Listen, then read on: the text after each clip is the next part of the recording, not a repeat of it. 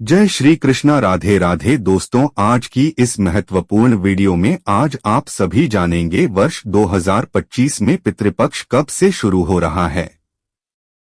7 सितंबर या 8 सितंबर किस तारीख से किस तिथि का श्राद्ध तर्पण का कार्य किया जाएगा, इस दौरान क्या करना चाहिए क्या नहीं करना चाहिए, और साथ ही जानेंगे पितरों को प्रसन्न करने का एक बहुत ही आसान और सरल उपाय बताने जा रहे हैं। इस उपाय को करने से पितृ प्रसन्न और तृप्त होते हैं, पितरों को शांति मिलती है। पितृ प्रसन्न होकर अपने परिवार जनों को पितृदोष से मुक्ति का आशीर्वाद देते हैं। पितृदेव के साथ साथ भगवान विष्णु और मां लक्ष्मी जी की कृपा से सभी कष्टों और संकटों से छुटकारा मिलता है और घर में सुख समृद्धि आती है। दोस्तों, इस उपाय को सही प्रकार से करने के लिए आप हमारे इस वीडियो को अंत तक अवश्य ही देखें। और आगे बढ़ने से पहले आपसे निवेदन करते हैं कि वीडियो को लाइक जरूर करिए, दोस्तों को शेयर कर दीजिए। और अगर आपने अभी तक चैनल को सब्सक्राइब नहीं किया है तो चैनल को सब्सक्राइब करके बेल आइकॉन जरूर दबाइए। प्रिय भक्तगणों,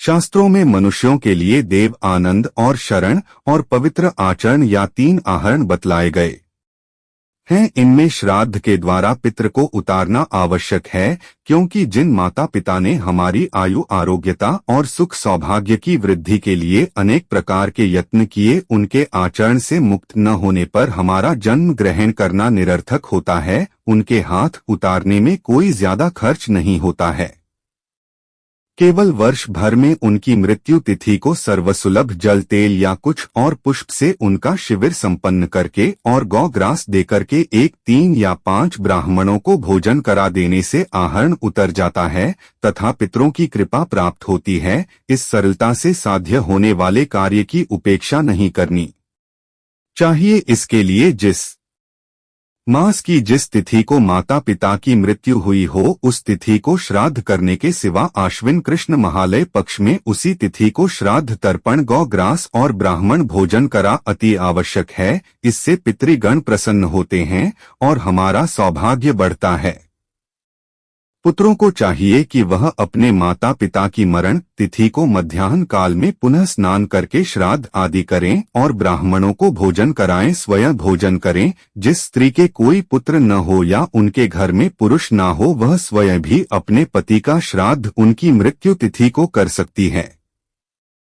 भाद्रपद शुक्ल पूर्णिमा से प्रारंभ करके आश्विन कृष्ण अमावस्या 15 दिन पितरों का तर्पण और विशेष तिथि को श्राद्ध अवश्य करना चाहिए। ब्रह्मा पुराण में लिखा है कि आश्विन मास के कृष्ण पक्ष में यमराज यमपुरी से पितरों को मुक्त कर देते हैं और वे अपनी संतानों तथा वंशजों से पिंड दान लेने के लिए भूलोक में आते हैं। सूर्य के कन्या राशि में आने पर वे यहाँ आते हैं और अमावस्या के दिन तक घर के द्वार पर ठहरते हैं। सूर्य के कन्या राशि में आने के कारण ही आश्विन मास के कृष्ण पक्ष का नाम का नागर है। जिन लोगों के माता पिता स्वर्गवासी हो गए हैं, उन्हें चाहिए कि वे इस पक्ष में प्रत्येक दिन पितरों के निमित्त जला दें और पितरों की मृत्यु तिथि को उनका श्राद्ध पिंडदान का कार्य करना चाहिए। उस दिन ब्राह्मण भोजन कराना चाहिए, वस्त्र आदि का दान करना चाहिए, दक्षिणा आदि देनी चाहिए। इस पूरे पक्ष में कोई भी शुभ कार्य नहीं किया जाता है और ना ही नए वस्त्र बनवाए अथवा ना ही पहने जाते हैं। आइए जानते हैं किस तारीख को किस तिथि का श्राद्ध तर्पण का कार्य किया जाएगा। लेकिन उससे पहले अभी तक आपने वीडियो को लाइक नहीं किया है तो वीडियो को लाइक करके चैनल को सब्सक्राइब अवश्य कर दें।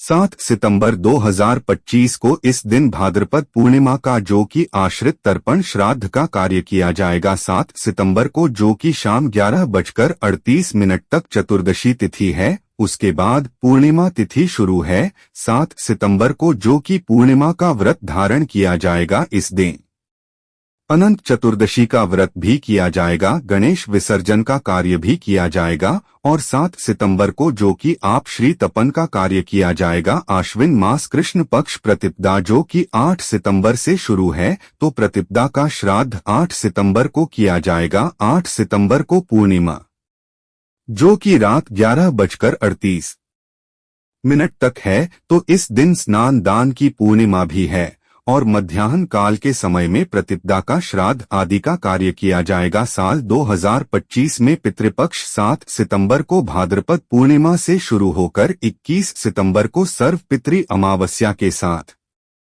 समाप्त होगा और श्राद्ध की तिथियां इस प्रकार है। पूर्णिमा श्राद्ध 7 सितंबर को होगा, प्रतिपदा श्राद्ध 8 सितंबर को, द्वितीया श्राद्ध 9 सितंबर को, तृतीया और चतुर्थी श्राद्ध 10 सितंबर को, पंचमी और भरनी श्राद्ध 11 सितंबर को, शशि श्राद्ध 12 सितंबर को, सप्तमी श्राद्ध 13 सितंबर को, अष्टमी श्राद्ध 14 सितंबर को, नवमी श्राद्ध 15 सितंबर को, दशमी श्राद्ध 16 सितंबर को, एकादशी श्राद्ध 17 सितंबर को, द्वादशी श्राद्ध 18 सितंबर को, त्रयोदशी व मघा श्राद्ध 19 सितंबर को, चतुर्दशी श्राद्ध 20 सितंबर को और पितृ विसर्जन सर्वपितृ अमावस्या के दिन 21 सितंबर को किया जाएगा। 21 सितंबर को जिनको भी अपने माता पिता की तिथि मालूम न हो, पूर्वजों की तिथि मालूम न हो, तो उनको अमावस्या तिथि के दिन श्राद्ध तर्पण का कार्य करना चाहिए। और जिनकी मृत्यु पूर्णिमा तिथि के दिन हुई हो तो उनका श्राद्ध आप अष्टमी, द्वादशी या खास करके अमावस्या तिथि के दिन करना चाहिए।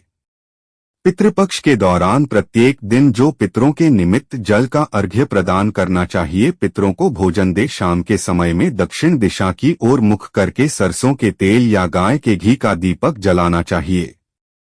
अपने पितरों के निमित्त इस दौरान पितृ गायत्री मंत्र का जप करना चाहिए या पितृ सूक्त का पाठ करना चाहिए। इस दौरान ब्राह्मणों को, गरीबों को भोजन कराना चाहिए। ब्राह्मणों को दान दक्षिणा देनी चाहिए। पितरों के देव और मां को जल अर्पित करना चाहिए। पितरों के लिए श्राद्ध कर्म जो कि सुबह 11:30 से लेकर के दोपहर 2:30 के बीच ही विशेष करके करना चाहिए। इस दौरान दही का दान करना चाहिए, काले तिलों का दान करना चाहिए, गाय के घी और गुड़ का दान करना चाहिए। पितरों के नाम से गाय, कुत्ता कभी के लिए भोजन उन्हें खिलाना चाहिए। पितृपक्ष के दौरान जो कि नया वाहन, मकान, मीन, कपड़े वगैरह नहीं खरीदनी चाहिए। पितृपक्ष के दौरान बिल्कुल भी नहीं करना चाहिए। इस दौरान खास करके शराब, मांसाहार, पान, बैगन, प्याज, लहसुन, बासी भोजन, सफेद तिल, लौकी, मूली, काला नमक, सत्तू, जीरा, मसूर की दाल, सरसों का साग, चना और चने से बनी हुई चीजें नहीं खानी चाहिए। पितृपक्ष में कोई भी शुभ कार्य नहीं करना चाहिए और न ही कोई नई चीज खरीदनी चाहिए। पितृपक्ष में बाल, दाढ़ी, नाखून आदि नहीं काटना चाहिए। इस दौरान स्नान करते समय तेल या उपटन आदि का प्रयोग भी नहीं करना चाहिए। इस दौरान झूठ नहीं बोलना चाहिए। पक्ष के दौरान अपने बुजुर्गों का और पितरों का अपमान बिल्कुल भी नहीं करना चाहिए। इस दौरान ब्रह्मचर्य का पालन करना चाहिए। इस दौरान स्वर्ण और नए वस्तुओं की खरीदारी नहीं करनी चाहिए। तो इस दौरान किन बातों का अवश्य ही ध्यान रखना चाहिए, इससे पितृ देवताओं की कृपा प्राप्त होती है। दोस्तों, आपका वीडियो कैसे लगा? अच्छा लगा है तो एक लाइक जरूर करें। धन्यवाद।